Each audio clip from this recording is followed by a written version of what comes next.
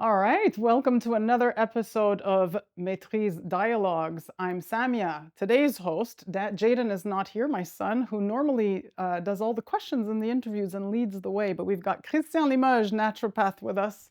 Hello. And today we also have Cathy Awad, mindset coach. mindset coach. I'm going to let Cathy give us a little intro about herself, and then we'll start with the questions. How about that? Yeah, super. Sounds good? Yeah, all good. So thanks for having me. So my background is in engineering and business, and I paired that with coaching because once upon a time I was a young engineer who felt completely lost in that world and completely out of alignment.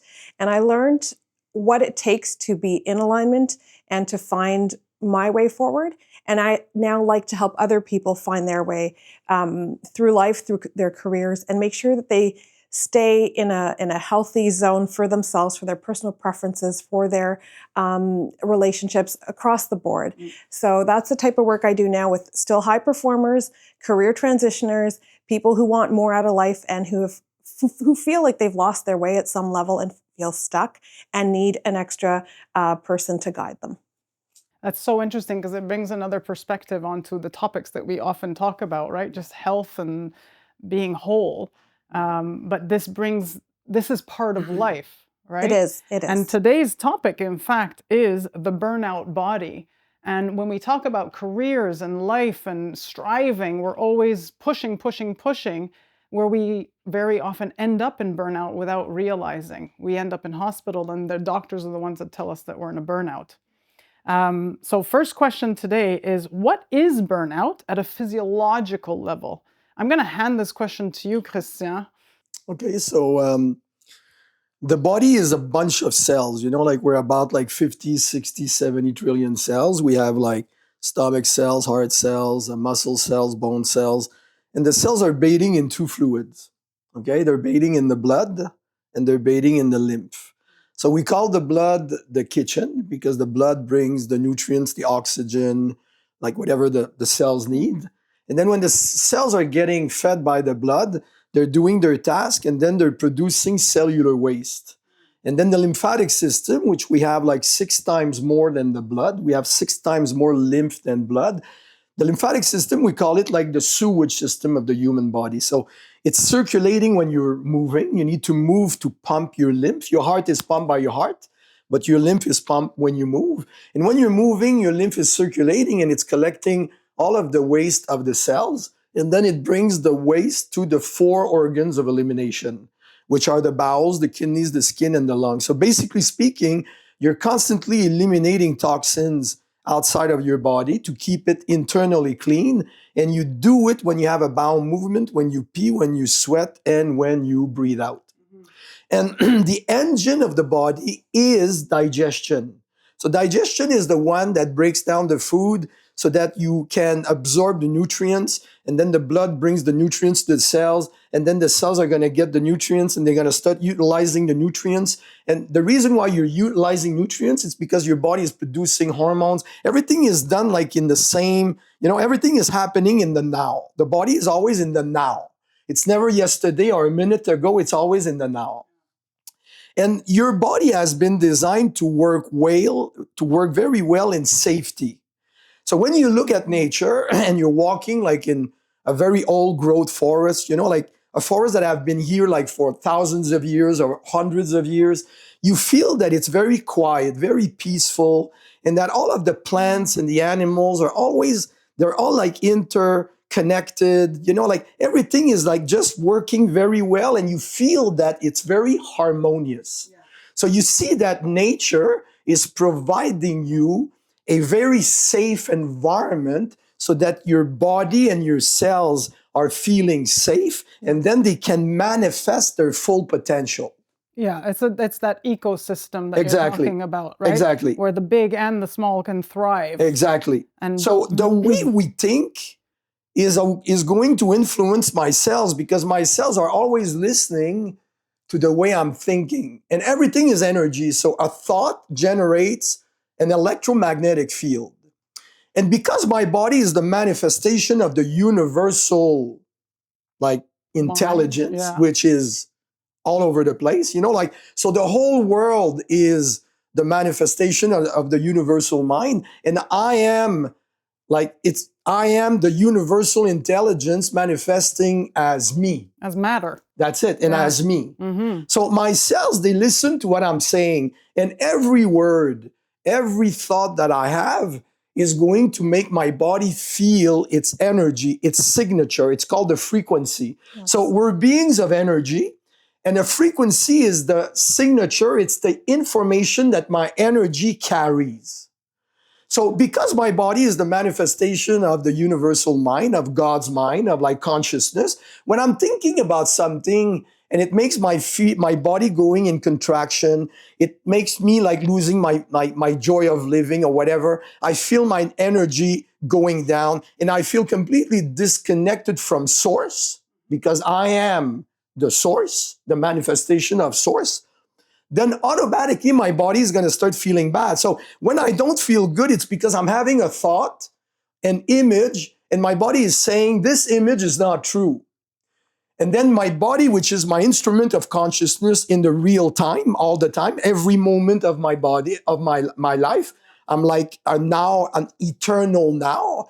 Then I should always pay attention to what my body is saying, because if my body is feeling not good, it's because what I'm thinking about is not aligned with the universal intelligence, with the flow of the energy of the universe. Yeah. But we don't think about that. We just go into this feeling. And what happens like physiologically is that my body says, like, the environment is not safe because of the way I'm thinking. So my body reacts not only to the outside, but it reacts about the way I think about the outside. So stress doesn't come from what's happening. Stress comes from what I think is happening. Well, in fact, Bruce Lipton, with his book Biology of Beliefs, that's what he concluded, right? Yeah. That he found that the cells themselves have receptors on their membrane, antennas, but that are taking the signal not from anything actually internal within the body, but from that external life force and life intelligence itself. It's something outside the body. Exactly. What we in osteopathy call life force. Yeah. Right? We're talking about identification. Yeah, absolutely. Who am I? Yeah. So then what's going to happen is that, like, my body says, because it's not safe, like animals, when you see animals living in the wild and there's a predator coming, then they're going to stop like eating. The body is going to stop digesting. And then the body is going to say, I need to keep the energy to like run away, to hide, or to fight. Yeah. So it's okay for the animal because the animal like goes through that stress. Then he finds a way out, he escaped from the predator, and then he goes back into coherence in between 5 and 8 minutes after the danger. Okay, so then he goes back into coherence, he goes back into grazing the grass, everything is back into homeostasis, and he starts digesting well again. That's quite quick. Yeah, super quick. The moment So what's the difference with the human? We're always thinking about our stories. So we have so many stories in the head going on that our stress goes on like for years and years and years and years. So the body is always into this fight, flight, hiding like feeling. And then the body says, I cannot digest because I need the energy to, like save my life. Yeah. I cannot rebuild, I cannot regenerate, I cannot heal, I cannot eliminate. All of the physiological processes of my body that keeps me like in good health and like healthy and vital are not working anymore because the body is afraid that he needs that energy. Yeah. So if I do this for like a week, it's okay, and then I go back to normal. But if I do this nonstop for months and months and years, then my body becomes the stress. So my body goes into the chemistry of stress. So if I'm thinking about something that makes me fearful of like a situation, my body will produce like chemicals that will make me go into the chemistry of fear. So there's a chemistry for fear, there's a chemistry for anxiety, there's a chemistry for like depression. So my body in the long run does it better than my mind. I become that chemistry all the time. Because that chemistry is coming from the brain and some certain organs in the system that is trying to give us energy. Yeah. Right? Because we're depleted. Exactly. And we're Right. not digesting, we're not absorbing. So in the long run, it exhausts your body completely. To the point where those organs themselves become exhausted Absolutely. from continuously Yeah. trying to give you the chemistry Yeah. or hormones, Yeah. chemistry, that you need to actually try and survive. Yeah, absolutely. Kathy, have you seen this in your practice? Absolutely. So everything you've described, Christin, is true, and our biology doesn't lie. That's It starts with our thoughts. It starts with us scanning our environment constantly for threats as well as for safety. And if we see a threat or sense one with our nervous system, then we are going to go into higher alert, as you just said. And everything you named, the fight, flight, freeze, or fawn, Yeah. all those 4 states are possible. And sometimes we get stuck in one of them. The truth is, it's our identity that's also on the line here. We are all programmed from when we're young to think a certain way. And it's kind of like computer programming, where you get stuck in a loop sometimes because that's the coding you have. So no matter what's going on outside of you, you are going to choose your behaviors based on how you're programmed. And unless you use something called meta thinking, thinking about how you think, you will continue to do those things in that way. And there are ways to shift. We have neuroplasticity that has been proven. Our brains can create new neural pathways, new ways of thinking. So the real trick here is to say, what am I feeling in my environment in this context that is causing me this stress? Because chronic stress and overworking, overfunctioning in order to compensate for it can lead you to burnout. And it often comes in people who are high functioning and who have an identity that is based on performance, for instance, who say, I can handle anything, I can do this, etc., and whose reward system has been often, basically they've been receiving praise based on results or outcome, on the doing and less on the being. And a big part of being a human being is actually resting, coming back to oneself, creating safety so that you can go out and fight the threat and come back and return to safety.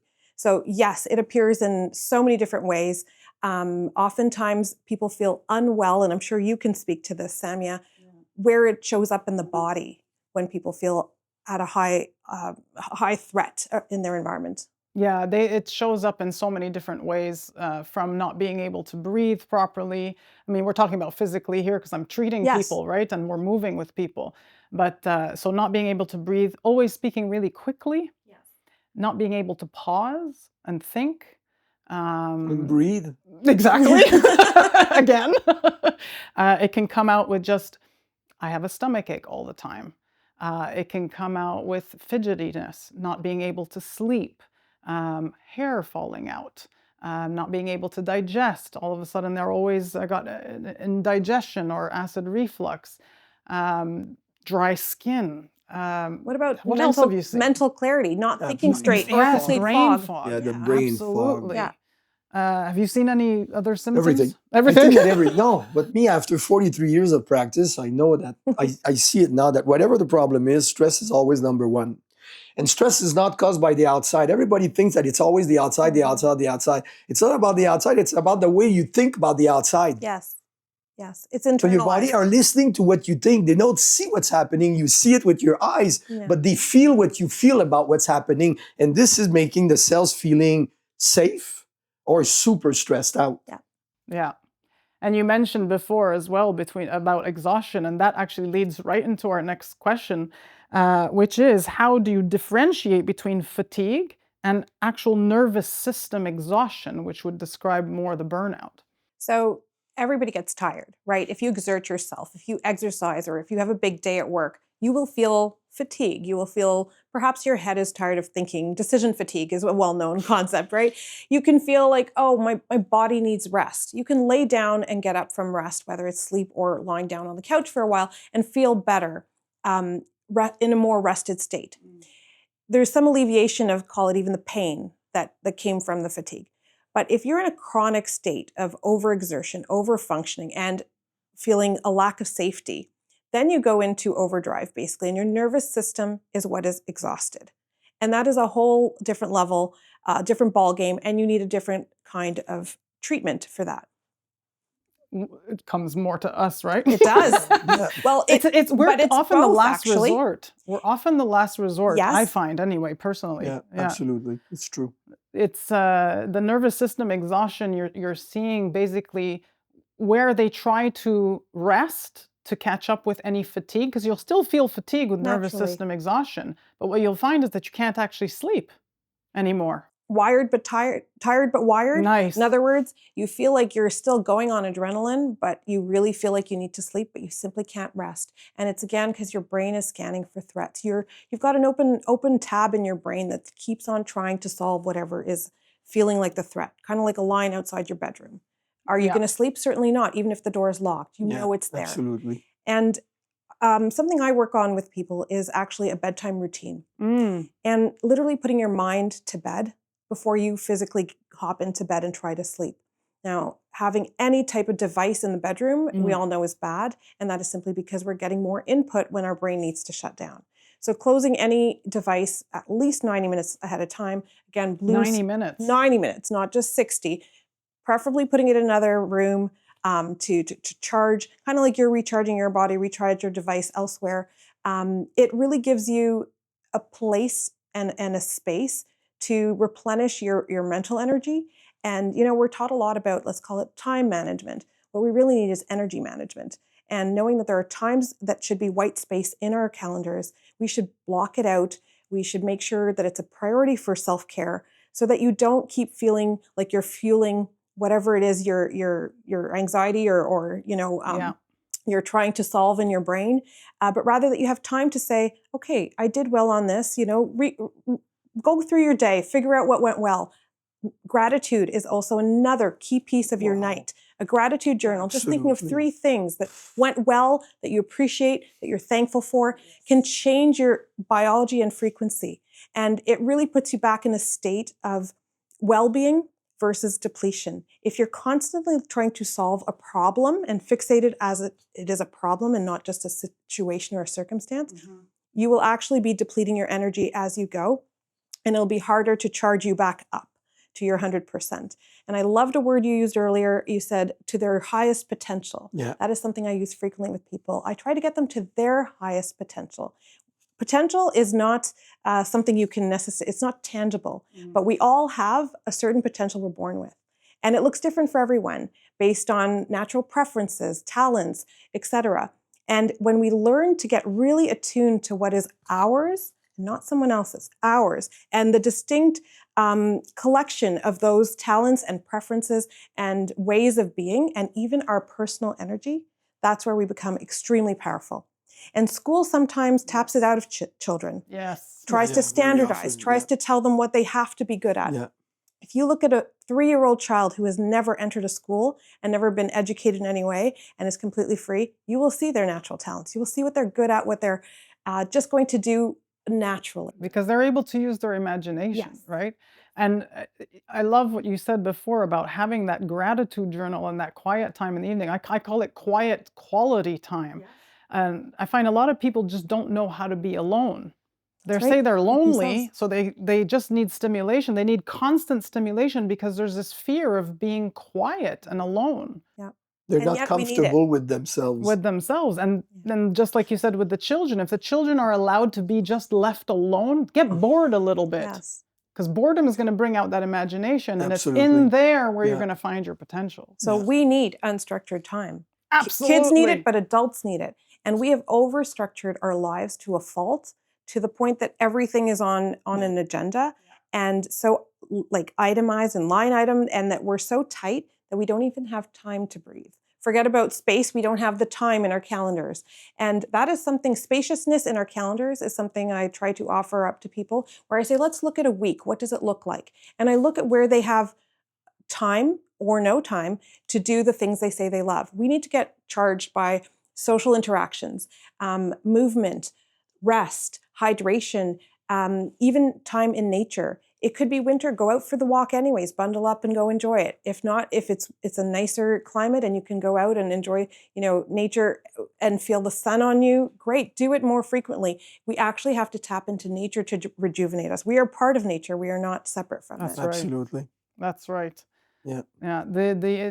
the time outside. Look, I like to say you have to make You time. do. And if you put everything away and just take a moment to get bored, Yeah. get on the mat, get outside, spend time reading your favorite book, Yes. spend time with your children. Just get on the floor, and you don't have to. I was told this, so I'm repeating it because I had to be taught this. Yes. But just get on the floor and don't direct the play. Don't tell your children what Just to go do. with the flow. Go with the flow. Just Absolutely. sit there. Just sit there and be present for their sake. Let them play. Eventually, you're going to see that they tell you what to do, and you're like, okay. That's right. Absolutely. That is so fulfilling, and it gives you energy. We're talking about all these things that increase our energy, right? You're talking about the potential of energy in the system. Well, there's things that actually deplete us as well when we're actually talking bad about ourselves, and Yes. just eating the wrong food can deplete our energy. The screens can deplete our energy, you know. So actually, the first relationship we always need to look at is the one we have with ourselves. Absolutely. And how we speak to ourselves and ask ourselves, are we speaking kindly and compassionately? Would I say the same Absolutely. words and the same way or the same tone to someone I love or my best friend? If not, let me change the script. If we start doing that, we can honestly get back more energy. We might be holding ourselves responsible for things we're not. We might be holding guilt for not doing things or doing things badly or doing things differently than we think we should. Or whatever that, if it's an emotion that drags us down, but that we're creating in ourselves because that's how we're reading or interpreting, that can be hurting us and depleting us. So really going towards looking at what you do well, that gratitude and appreciation and self-talk really do change and improve the balance and the homeostasis, really. Well, can you speak a little bit on gratitude and the frequency that gives Well, it's us? just that, like, even for myself, like, I see it, like, I've seen so many people, when people change this judgmental, critical Yes. voice to a loving voice, you see people transforming right away. Because when the body is in stress, physiologically, you're not doing your things well because the body says, like I said, he wants to keep the energy in case your life is in danger or whatever. Right. And the first thing that goes like very, like I would say, like not good at all is digestion. The body says, I'm not going to digest because, like I cannot digest when there is a threat. That's right. And then the food that you eat is not well digested. I'm going to go more into the physical body. And then the food is not well digested, so it ends up going into your gut. Yeah. But now the food is not digested in the gut, but it was supposed to be digested by the liver, the stomach, and the pancreas, but it's not.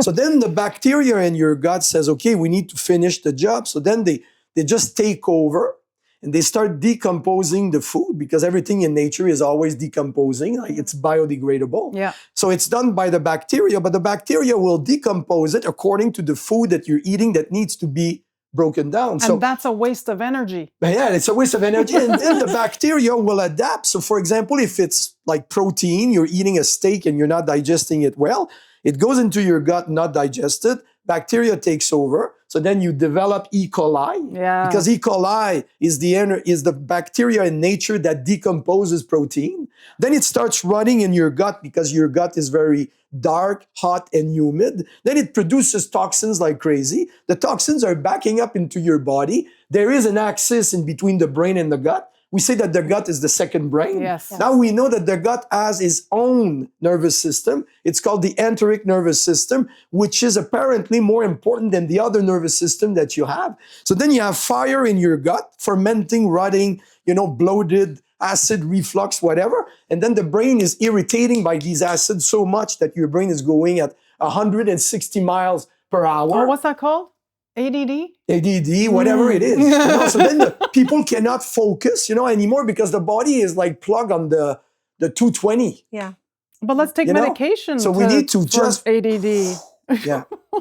So we need to, and I think that physiologically speaking, what we do physically is by eating more fruits, more vegetables, making the body more alkaline, because the body is an alkaline species. You need to be alkaline. So for example, if you have too much acid that is irritating your brain and making your brain going too fast, your body is going to use calcium to buffer the acid to calm down your nervous system. But in the long run, you become calcium deficient. So being on this like always stressed out, like survival mode, depletes your body from vitamins and minerals that you're using 7 times faster Yeah. than you're supposed to use it Yeah. when you're in a state of calm and peace. And like you said, if you're not digesting your food, then certainly you're not absorbing the You're not nutrients. absorbing, you're Therefore, not so utilizing, that's why you're not depleted. eliminating. Yeah. Now I have osteoporosis. I have ADD, indigestion, ADD, osteoporosis, arthritis because of all the inflammation, All kinds. aches and pains in my tissues. Now those are just the physical symptoms, Yeah. right? But that burn. Now I have no energy because the food I'm eating hasn't given me the energy I need because I'm matter and matter needs energy to function. But I've wasted a lot of energy trying to digest, trying to function, trying to run after this, run after that, run to work. Now I'm completely depleted. Yeah. So that's perfect because the next question is, how is it that high-performing individuals can crash also? Yeah. And you know what? It's very typical. It's very typical because if you've been high functioning, it means you've built enough capacity, yes, and you know how to do the thing, but believe it or not, it's connected to your identity now. How you do things is who you are, and what you do is who you are, and all of that. And oftentimes we've potentially put all the eggs in the basket, and we're rooting for that, but meanwhile, we haven't necessarily been taking care of ourselves in the way we need to with the time and space for the rest and the recovery and the social time and everything else. We're very high functioning on the career front, let's say, and giving it our all and, gas to the foot to the pedal and pedal to the metal, all of it, like if we're just on overdrive, oftentimes we haven't learned how to function when we're not working, for instance, when we're not all in and 110% on. Now, devices have their part in that, the fact that we're always connected versus having time and space to put that down and come back to it the way we did before the technological, evolution of things, when people had to reach you in a different way or, outside of business hours was outside of business hours. But back to how you said it, I really like that you pointed to the fact that we're not getting what we need from a biological standpoint, so we're kind of burning and we're kind of empty. There's no fuel in the tank. Yeah. And oftentimes we think we can outthink that, but we can't. There's no way. Our biology will catch up to us. So a big part of the process is coming back to self and saying, what am I actually looking to accomplish here? What needs to happen? Am I over capacity and under resourced? Do I need support? What does that look like? Really taking that step back or aerial view and looking at it holistically, your whole life. Ultimately, you need time with your family, like you said, that even quiet time alone. You need time on weekends, for instance. We need regular intervals. You cannot jam pack all the quality time and say, okay, I'm done, check that box. It's not going to work. Our body works on a schedule. We have to sleep a certain number of hours. So it all comes into play that if you burn the midnight oil, you're not going to be, well rested the next day, and it just keeps cycling.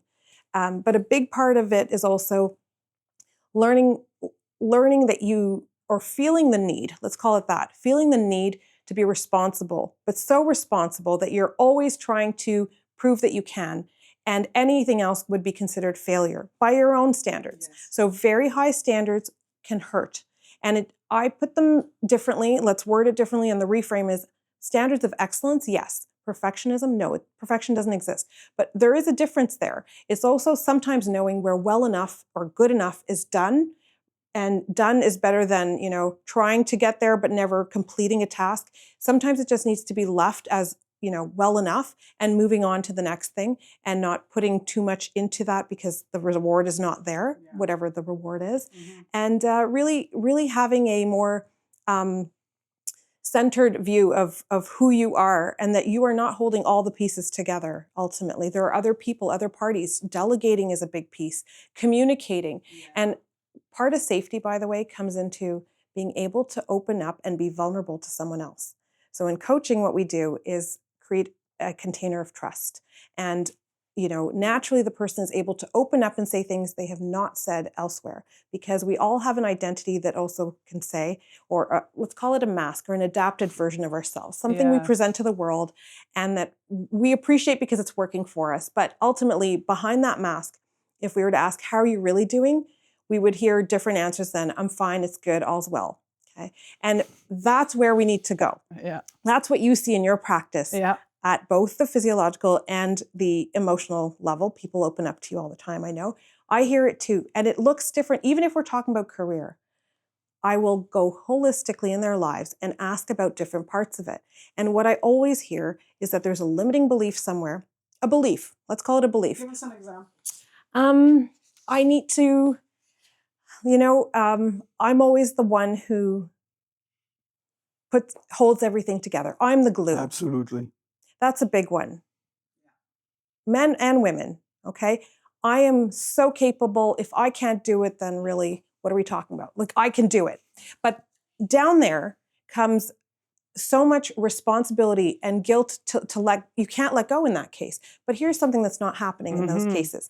That person is often not looking out to other people and saying, I'm going to need help. I can't do this on my own. This is too much. I'm at my limit. I'm over capacity. But that makes them look weak. Right, precisely. If we're afraid to show any sign of weakness or failure, and oftentimes in corporate, that is something that nobody takes well and nobody wants to show. But the truth is, just understanding that for yourself, gaining that self-awareness is step one.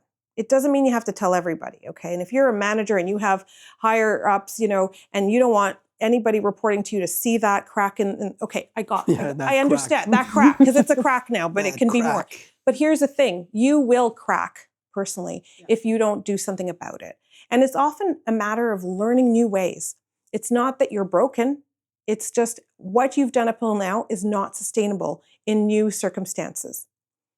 One way to look at this is to say, well, what am I doing that's working? What does the situation require of me? And how do I answer to the new demands that are here?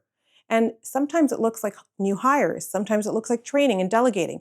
Sometimes it looks like looking at your job and saying, does this actually fit who I am? And does this actually make me come up to my full potential? Some people need to change roles, companies, cultures because of those reasons.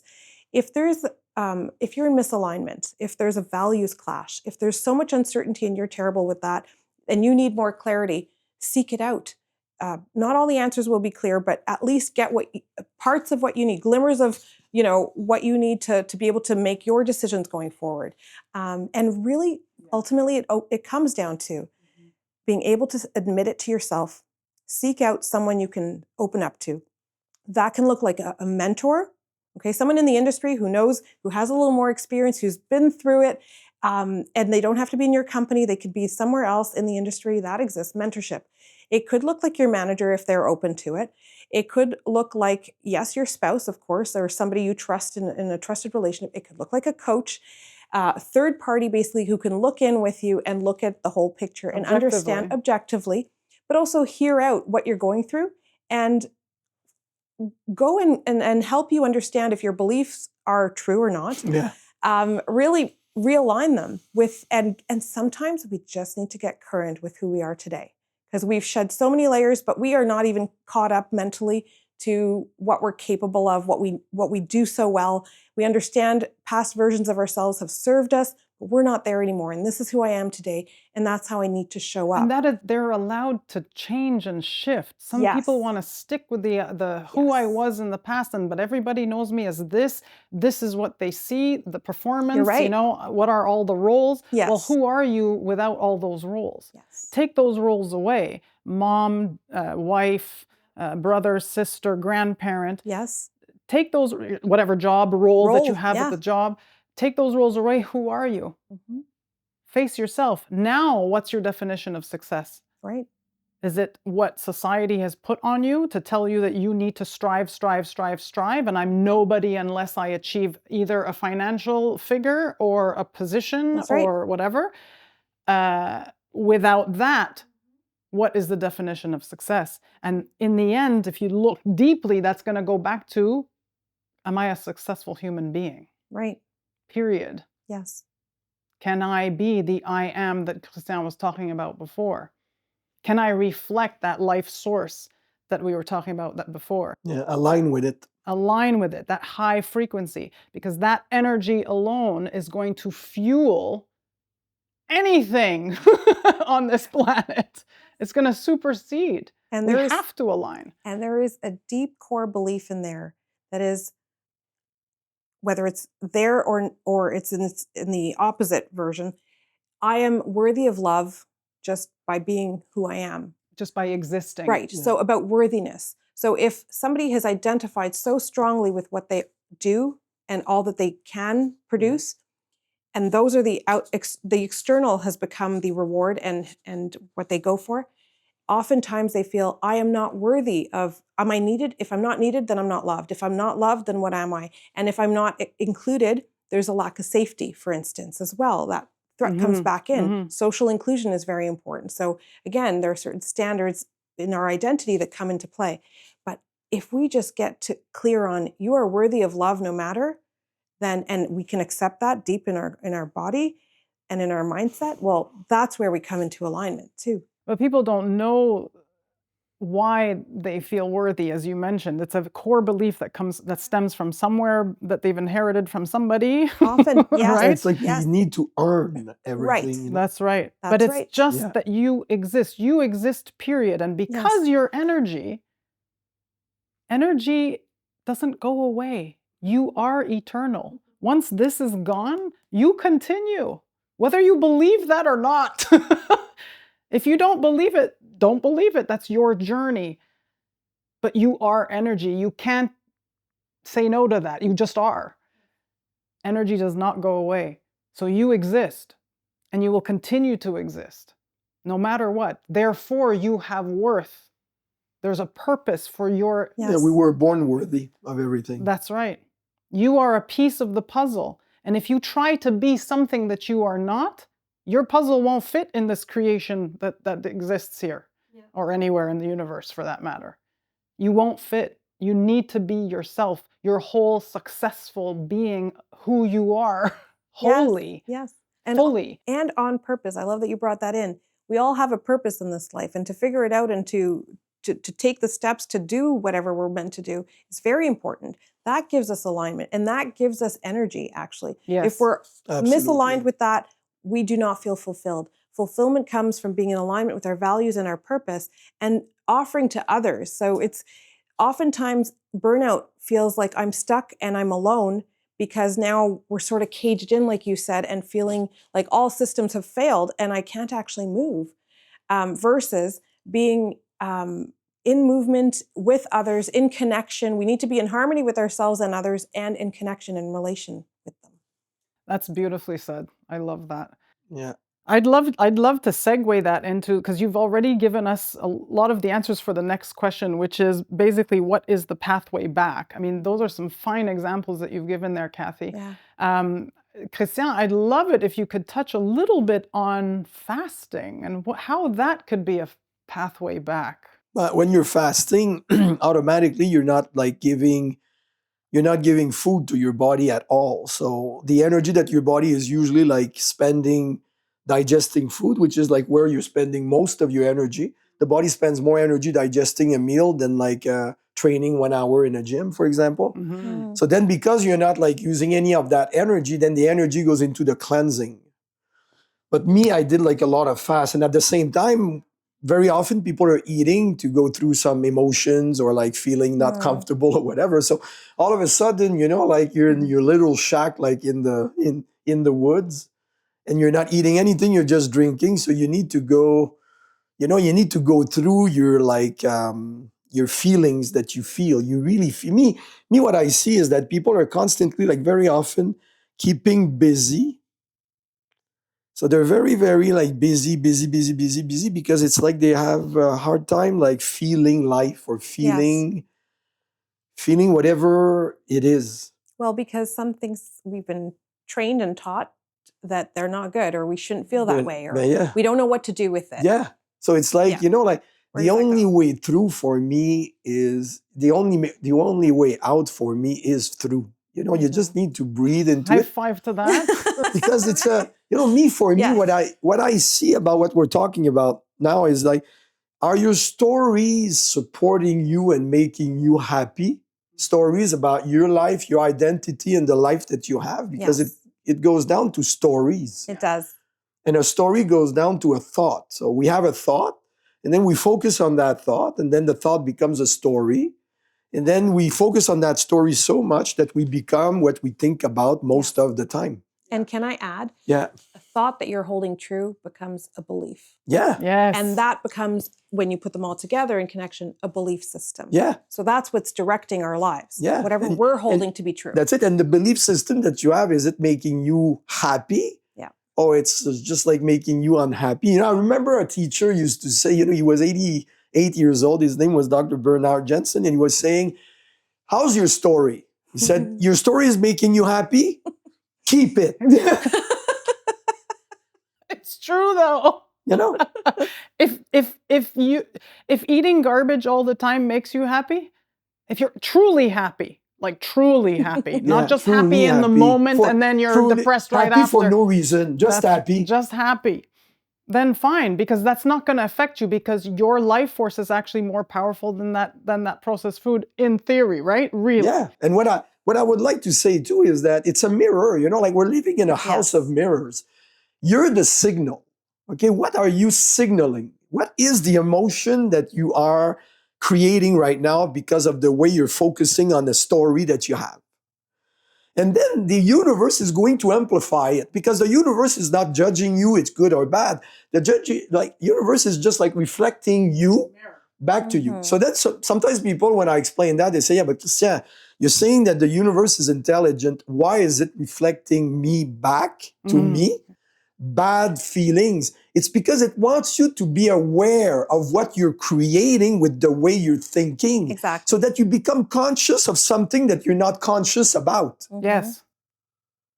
But because we blame the outside, excuse Cathy, go ahead. because we blame the outside always, because we're always looking at the outside, we never take the responsibility. We think that the problem is always outside. The problem is within. This universe is projecting you back to you. Yes. The people, the circumstances and situations that you're facing in your life is a reflection of your signal. Yes. So you need to take responsibility. So change your story, change your belief system and everything, and understand who you are. You are a magnificent, powerful being that have been designed to create. So create what you want. Thank you. What were you going to say, Cathy? Well, I'm going to go from where he is now, and it's about change. I love what you just said. We have the power to change, and we can create from within what the outer world we want to be living, right? Yes. But really, it's about realizing that we're in constant change and evolution. Always. Yes. And unless we work with it, not against it, we can, if we work with it, we will get better results. There's an adaptation of flexibility that builds into resilience. And if we're holding ourselves back and holding ourselves to, whichever way, even alone, and not speaking it out and expressing what's happening, we will get stuck. And I mean, it's the opposite. You will die, from the inside out. Yeah. So sometimes the old self needs to die. It sometimes does. Yes, yes. So that you can find because yourself. it's not working. And old ways, just old habits, old old ways, systems. old habits. Creating new systems sustains you in a new way. Yeah. Yes. And Yeah. in that sense, you are finding your true self. Yes. Yeah. Right? The kingdom of heaven literally, truly is within. All you have to do is remove what's blocking it Yeah. in the end. What did Tesla say? Everything is energy and vibration, hence resonance. Yeah. Right? So you need to be what you want to see. Yeah. Yeah, you need to see it before it is. This is the power of the visualization. Your body believes what is happening by thought alone. Yeah. So the body doesn't make the difference in between what is really happening and what is happening in your mind. So even though you're in the middle of a war, you can start thinking about things that makes you happy, and you're going to transcend time. You're going to transcend the environment, and you're going to transcend your emotions. Like Joe Dispenza says, you need to be greater than your environment. Yeah. Your environment is telling you that everything is collapsing. Don't go there. Because this is based on the way your belief system. You think that what is happening is not good. Just be greater than that. And by being greater than it, you go where you want to go. What kind of emotion do you want to live? Me, I'm always asking You have to myself, ask. when I wake up in the morning, I'm always asking Christian, what's the emotion today? Today is peace. I'm going to be peaceful whatever happens. And it's to take those little moments throughout the day to recognize when you're falling short. Then you know when you're on or off. You know, That's like right. your body is telling you all That's the time. right. So Yes. it brings you in the moment. You're no longer in the past or future. You're in the Now. moment, which is the point of power. Yeah. So you stop being stuck in the past. Yeah. A thought is always about the past. Past or future. Or If you're future. worrying. Yeah, you have to take that time to recognize the habits that we have. But what I love is that when we recognize the habit, it's no longer a habit, because a habit is subconscious. Yeah. Right? The minute you recognize a habit, now you have power to change. Now you're just choosing. Yes. Right? You can choose something different, but you have to stop yourself. It's funny because I was trying to I'm always trying to work on what used to be reactivity. I'm trying to change into response. Yeah, Don't absolutely. react, but respond. Yes. Right? So I will literally role play with my children. If I react because I've chosen this bad habit, right? I will tell my son, okay, scratch that. Let's start over. Let's play this whole thing again. Great. But it's real life. He Yes. just did something. It pissed me off for whatever. It triggered me. Yes. But that's my issue. That's not his issue. And I'm like, let me practice a different way to responding to that. Just practicing that, I've chosen something different. And I've showed myself that I'm actually able. It's not overwhelming. It's not this mountain that I have to climb. And that makes me happier. Now we can laugh about it. Now we're laughing. My energy just It's like increased. you rewind the tape. You I do rewound tape. the tape.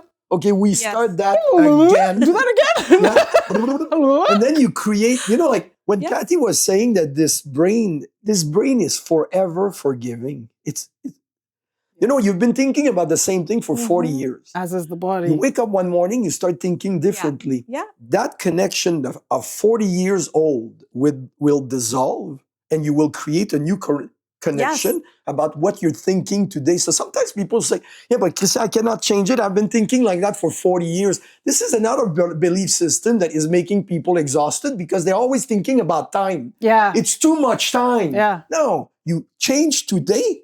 That's it. That's all. The brain goes into this new thing Yes. right away. Well, let's take that just a little further in the quantum leap stuff here. Yeah. Okay. So, past It's is past. not permanent. No, Because if everything is truly now, always. time actually doesn't really exist in the eternal, right? Yeah. That means whatever we change right now, who we want to be right now, Yeah. completely changes the past. Yeah. If I'm a drug addict, Yeah. I don't know. My parents were alcoholics, Yeah, drug addicts. whatever. I smelled it. I continue on the same path. I decide now I want to choose differently. I am somebody. Yeah. It's not I'm going to try not to No, take drugs. I am somebody who does not take drugs, who never did. You've just recreated your past. Yeah. You just I am a clean. rewind. I am clean. I am clean.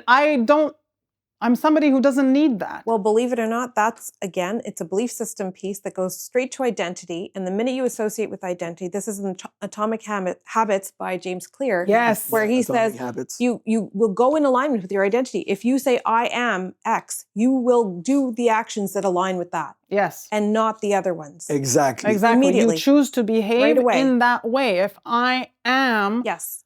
somebody who creates this Yeah. podcast, I am is extremely powerful. I It is. behave that way. And you need to be feeling it. And, it's not just I am and you don't pay attention. Yeah. You're really into it. I am happy. Choose those And then you behaviors. visualize yourself being happy. And then your landscape is going to change in your brain. And then your life changes because a thought is a thing. Yes. So if you change your thoughts, you change your life. Yes. So You change Oh. your body chemistry. you're right. In a moment like this. You see kids like going crazy because they don't have the toy that they want, and all of a sudden you give them something else, and then all of a sudden they change from like going crazy to just being happy, just because they changed their thought. Yes. So chemistry is always going according to where you're putting your attention.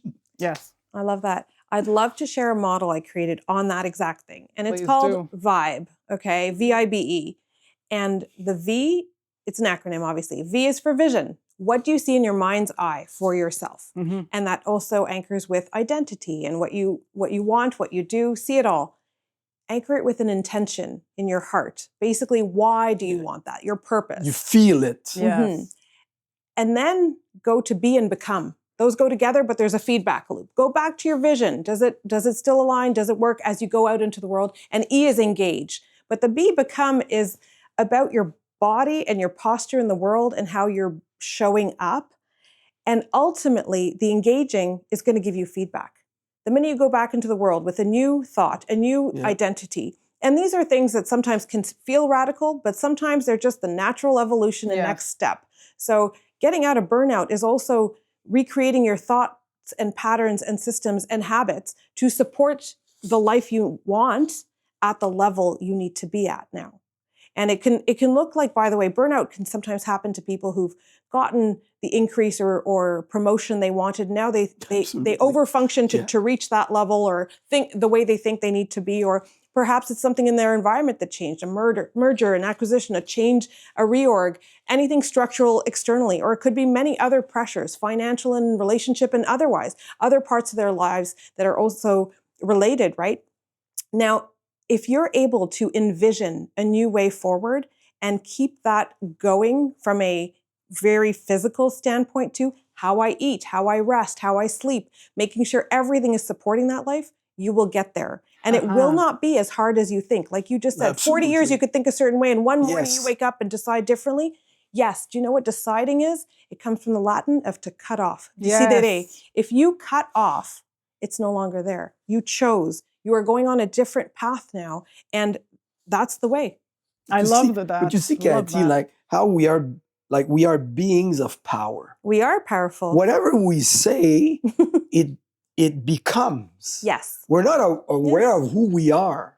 We think about something, the body goes exactly what you're thinking about. Yes. You want to create something, you put your mind into it, the pathway is going to be shown, like it appears to you. But we are beings of power. This is why people have to stop with the negative talk, because they're only convincing themselves. They're just strengthening those old belief systems. You just have to stop. Yeah. Stop the negative talk. Me, when I, sometimes I say it out loud. I'm driving my car and I'm stuck with a thing that makes me sad. Then I say, stop. Exactly. And sometimes I pull over and then I just start going into, what do you really want, Christian? I want to be happy. I am happy. I am. Whatever. And then slowly, now it used to take time. Now I go back into connected. I'm connected to the source right away. That's right. My body now is doing it faster than my own mind. My subconscious mind is now thinking like my conscious mind. You eliminate the bad programs. That's you reprogram the back end. You also just asked one of the most powerful questions there is. What do you want? Yeah.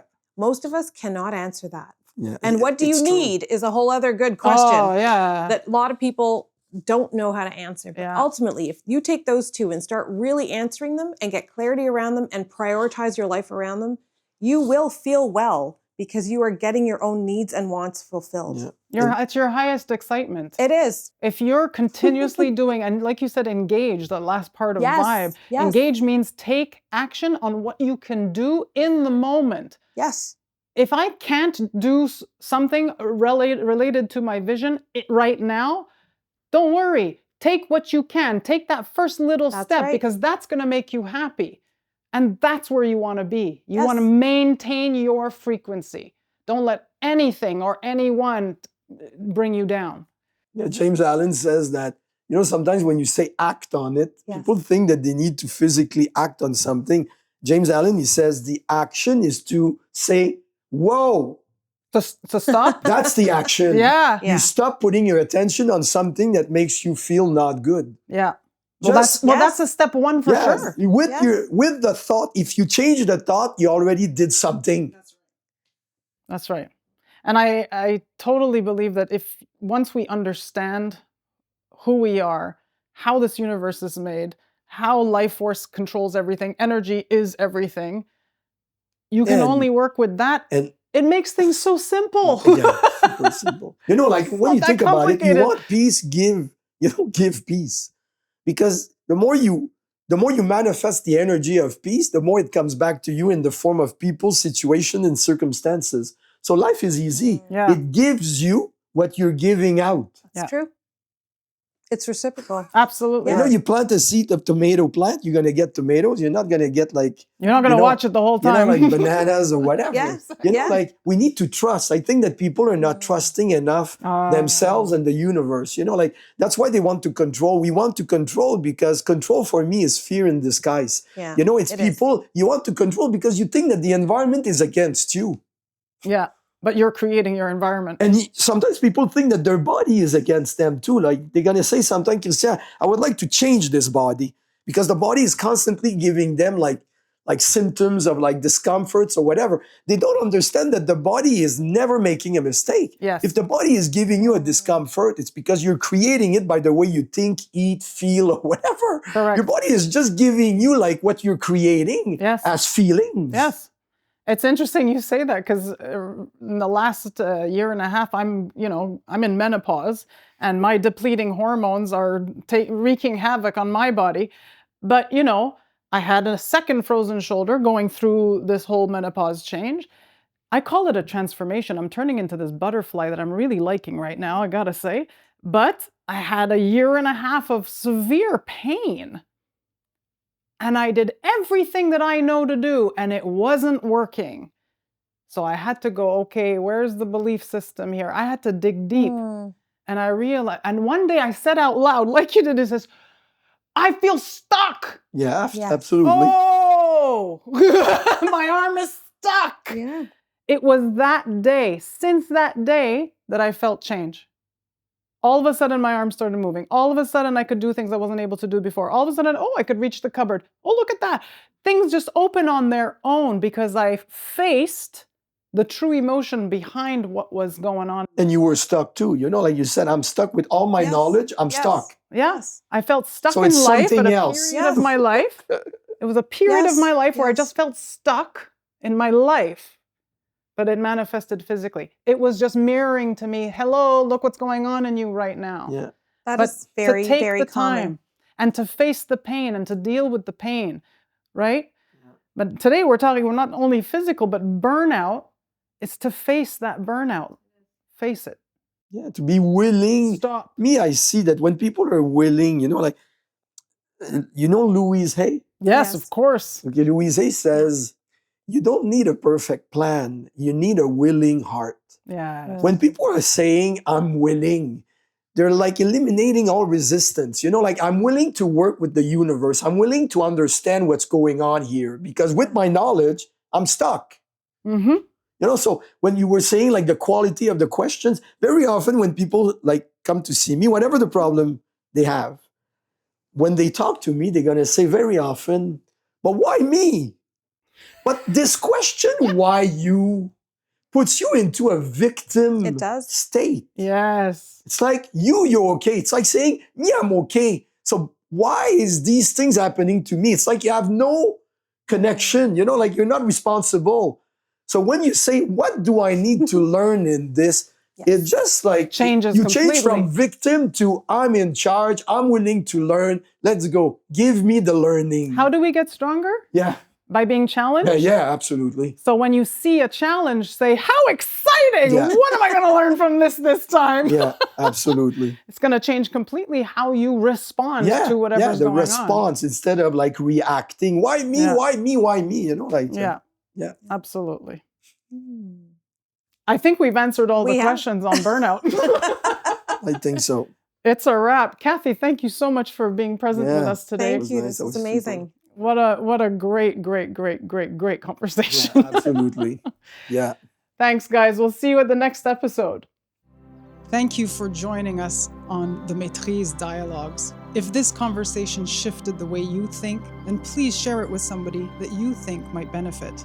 And if you're thinking of diving deeper into your own regenerative process, or maybe you're thinking about advanced movement education, then please go to our website at studiometriz.com and we'll see you there.